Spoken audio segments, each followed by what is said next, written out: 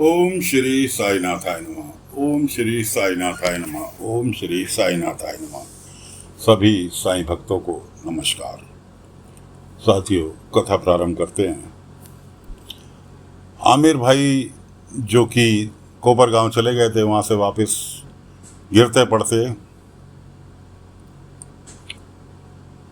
पुरानी चावड़ी शिरडी लौट आए। पुरानी चावड़ी के जैसे ही गेट पर पहुंचे, देखा सामने बाबा खड़े। सामने बाबा खड़े हैं। बाबा को देखकर घुटनों के बल बैठकर आमिर भाई ने क्षमा याचना की और बाबा से कहा, साईं आप जब तक नहीं चाहेंगे मैं शिरडी से नहीं जाऊंगा। इस तरह से बाबा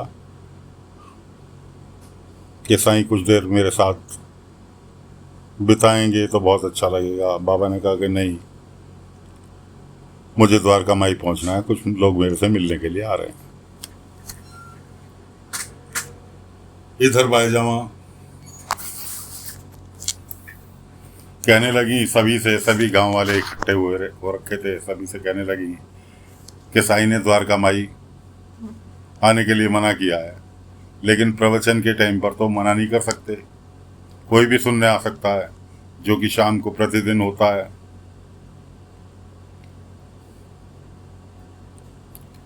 तो सारे के सारे द्वारका माई पहुंचे। द्वारका माई में दूर से ही देखते के साथ ही आगंतुक जिनका नाम गजानन था, वो दूर से चिल्ला के कहने लगे, आ गए फिर सब परेशान करने, समझ में नहीं आता ही, बड़े बेशरम लोग हो तुम लोग, जो कि एक बार की बात तुम्हारी समझ में आती ही नहीं।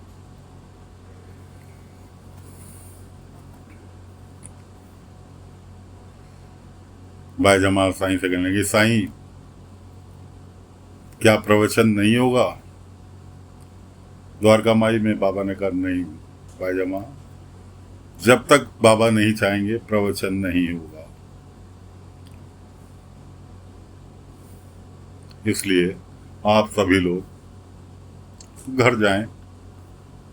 बेचारे क्या करते।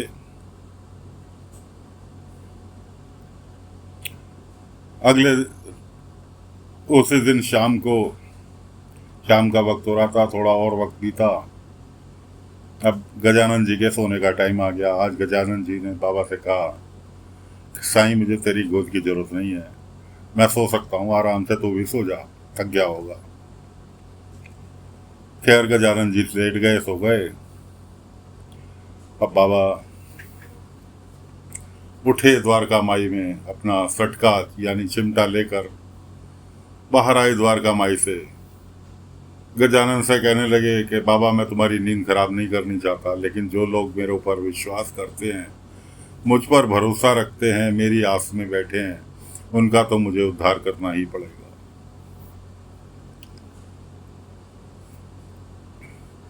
अब बाबा ने माया रूपी सांप पैदा किया और भेज दिया पुरानी चावड़ी। आमिर भाई सो रहे थे आराम से पुरानी चावड़ी में।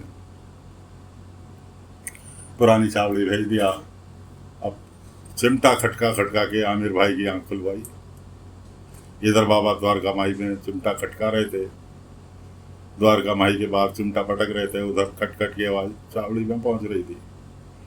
आमिर भाई की आंख खोली, देखा तो सामने एक काले रंग का नाग कुंडली मारे उनके सामने बैठा। आमिर भाई की तो गिग्गी बंद गई। साईं बचाओ, बाबा ने जोर से चिल्ला किया, इस वक्त में तुम्हारी कोई मदद नहीं कर सकता, अपनी मदद तुम्हें खुद करनी होगी। जो अपनी मदद स्वयं करने की सोचता है, कोशिश करता है, ऊपर वाला भी उसकी मदद करता है। बाबा के शब्द आमिर भाई के कानों में पड़े। आमिर भाई ने कुछ न सोचते हुए वहां से उठ के भागना चालू कर दिया। बाबा ने वहां से आमिर भाई ने वहां से उठ के भागना चालू कर दिया। और भागते भागते भागते भागते पहुंच गए द्वारका माई के पास। जो और सांप जो था उनका पीछा कर रहा था बराबर। बाबा ने देखा कि हाँ आमिर भाई अब कायदे से भागने लगे। बाबा ने सांप से कहा अब तुम वापस लौट जाओ, तुम्हारी अब आवश्यकता नहीं है। तो सांप जो थे महाराज वो वापस लौट लिए। आमिर भाई पहुंच गए द्वारका माई। द्वारका माई में बाबा बाहर ही खड़े थे, रात का वक्त था। बाबा ने कहा आमिर अब तुम इस वक्त बिल्कुल स्वस्थ हो। आमिर को खुद भी यकीन नहीं हुआ कि वो इतनी दूर इतनी तेजी से भागता हुआ कैसे आ गया। बाबा ने कहा स्वस्थ तो तुम उसी वक्त हो गए थे जब तुम कोपर गांव गए थे। कोपर गांव की धर्मशाला से भागते हुए पहले तो यहाँ से कोपर गांव तक गए पैदल। और कोपर गांव दोस्तों शिरडी से लगभग 15 किलोमीटर की दूरी पर है। उस टाइम जंगल था तो रास्ता थोड़ा सा और कम था, अब तो बाई रोड जो है 17 किलोमीटर बैठता है। तो कोपर गांव तक गए पैदल और कोपर गांव से वापस धर्मशाला से पैदल लौट कर आए। स्वस्थ तो तुम तभी हो गए थे, बचे खुचे स्वस्थ तुम अब हो गए। तुमने अपने शरीर के अंदर रोग खुद पैदा किया था और ये चावड़ी में रहकर जो तुमने कसरत की है, खुद बनाना उठना बैठना खाना बनाना स्वयं सारे काम किए हैं, कुछ मेरा दिया हुआ तेल ने असर किया तो तुम इस वक्त बिल्कुल स्वस्थ हो। रात का टाइम है, तुम अब सलीम के घर जाकर सो सकते हो। अब तुम्हें पुरानी चावड़ी में रहने की कोई आवश्यकता नहीं और सुबह को अपने गांव के लिए प्रस्थान कर जाना। अपने परिवार वालों के साथ जाकर अपने समय व्यतीत करो। ठीक है जी, तो बाबा ने भेज दिया। आमिर भाई को स्वस्थ करके अब अगले दिन सुबह बाबा निकल गए भिक्षाटन के लिए और गजानन जी निकले मंदिर में भगवान जी के खंडोबा जी के दर्शन करने के लिए। शिरडी के सारे लड़कों ने, जिसमें केशव तात्या और भी बहुत सारे लड़के शामिल थे, गजानन जी को घेर लिया। गजानन जी ने फिर उन्हें हुल दी कि ज़्यादा मुझे परेशान करोगे तो मैं साईं को अपने साथ कहीं दूर ले जाऊंगा, इसलिए मुझे परेशान मत करो। खैर ऐसा कहकर गजानन जी तो निकल गए खंडोबा जी के मंदिर में दर्शन करने के लिए। उधर बाबा भिक्षाटन में गए हुए थे तो चंपा के घर पहुंचे। चंपा कहने लगी भिक्षा देने के बाद, साईं मैं चाहती हूँ कि आप प्रतिदिन मेरे घर भिक्षा के लिए आए, ताकि कि आपके दर्शन तो हो सके, क्योंकि द्वारका माई में तो हम जा नहीं सकते।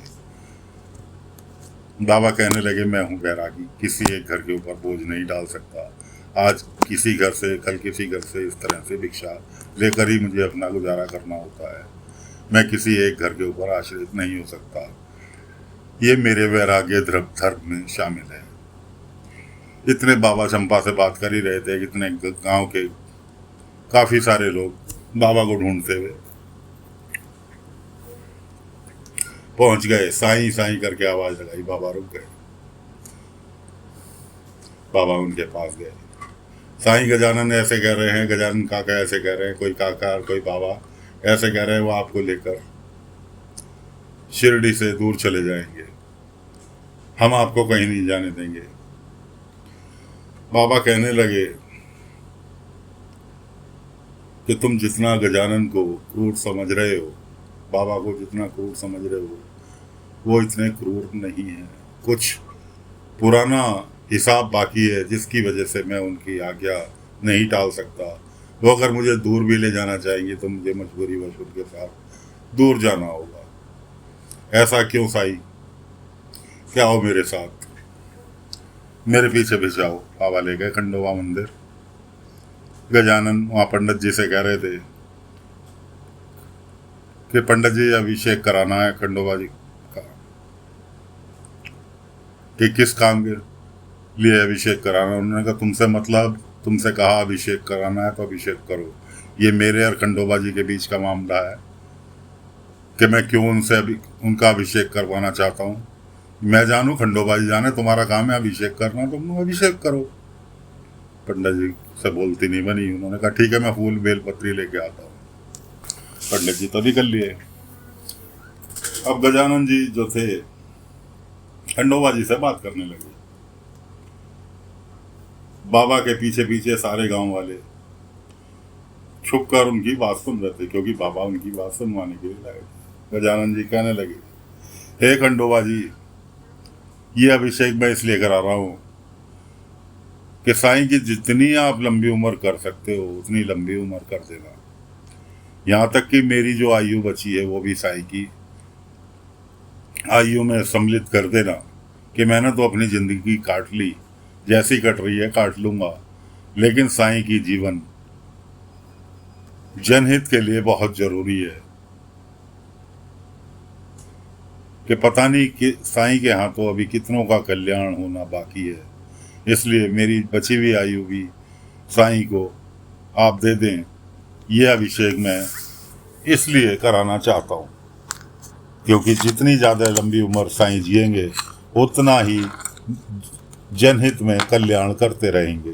कि साईं जैसा व्यक्ति बार बार नहीं आता, इसलिए मैं चाहता हूँ कि आप प्रसन्न हो और साईं की लंबी आयु के लिए मैं प्रार्थना करता हूँ, उसे स्वीकार करें। अब ये सब बातें वो खंडोबा जी से कर रहे थे और पूरा का पूरा गांव ये बातें सुन रहा था। सभी की आंखों से आंसू निकल रहे थे। बाबा उन्हें सबको वहाँ से ले आए और एक बाग में बैठ गए। बाबा ने कहा, अब मैं तुम्हें आगे का किस्सा सुनाता हूँ कि बाबा कौन है। कि मेरे शिरडी आने से पहले दीक्षा भिक्षा करने के बाद, दीक्षा पूरी होने के बाद मैं गांव-गांव भटक कर अपना जीवन व्यापन कर रहा था। भिक्षा में जो मिलता उससे गुजारा कर लेता, कभी फुटपाथ पर, कभी बाग में, कभी किसी के चबूतरे पर, इस तरह से सोकर गुजारा कर लेता था। एक बार ऐसा हुआ कि 3 दिन तक मुझे भिक्षा में कुछ नहीं मिला और 3 दिन से मैं भूखा था। शरीर ने जवाब दे दिया, इसलिए मैं एक घर के बाहर विश्राम करने के लिए बैठ गया। थोड़ी देर में क्या देखता हूँ, एक बैलगाड़ी आकर रुकी घर के सामने। उसमें से एक सज्जन उतरे जो कि बाबा, जिन्हें आप बाबा कह रहे हो, उनके 2 नौकर, काफ़ी सारा सामान हाथ साथ में था। मेरे पास आकर रुक गए। मेरे से पूछा, यहाँ कैसे बैठे हो? तो मैंने बताया कि ऐसे ऐसे। उन्होंने मेरी आंखों में देखा और उसके बाद मुझे वो अपने घर के अंदर ले गए। घर के अंदर ले गए, मुझे खूब अच्छी तरह से रखा, अपने बच्चे की तरह से रखा। फिर मैं 2-4 दिन रुकने के बाद उनके यहाँ से आज्ञा लेकर आगे के लिए बढ़ लिया कि ये वही गजानन जी हैं जिन्होंने मुझे अपने बच्चे की तरह मेरे वैरागी जीवन में योगदान दिया।